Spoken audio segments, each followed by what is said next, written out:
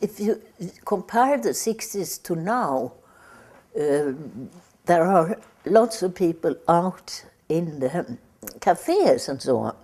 And we were always complaining at that time that in France, people were in England, in pubs, in France, in cafes, and we are so locked up in our own homes. But now all the restaurants, all the cafes are full of people, but they are all between 18 and 35. The rest of the people are at home, and those who are single, they are lonely. We have no natural places to meet. I don't think people are very happy in Sweden. Not really in their personal lives. They are happy if they buy a new car or a new TV set.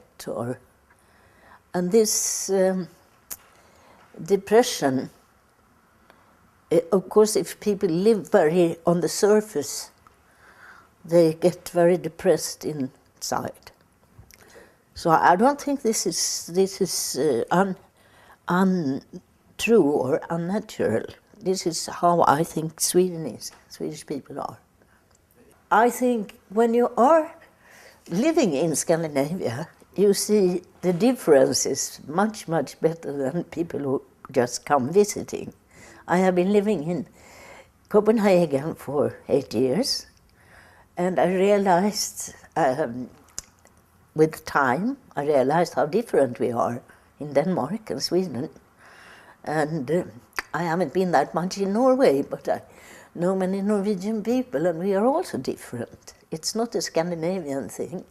If you should say that Scandinavia is a melancholy, drinking, suicidal people, you should also take in Russia and Finland, because this is the part of the globe, of the world, that has this kind of melancholy. And you can listen to our folk songs in Russia, Finland, Sweden, Norway.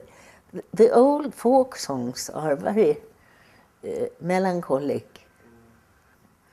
Sometimes people are forced to commit crimes, and sometimes they are not forced, but they do it because of loneliness. And we have lots of young people who come from other countries, and they have gangs who are very violent.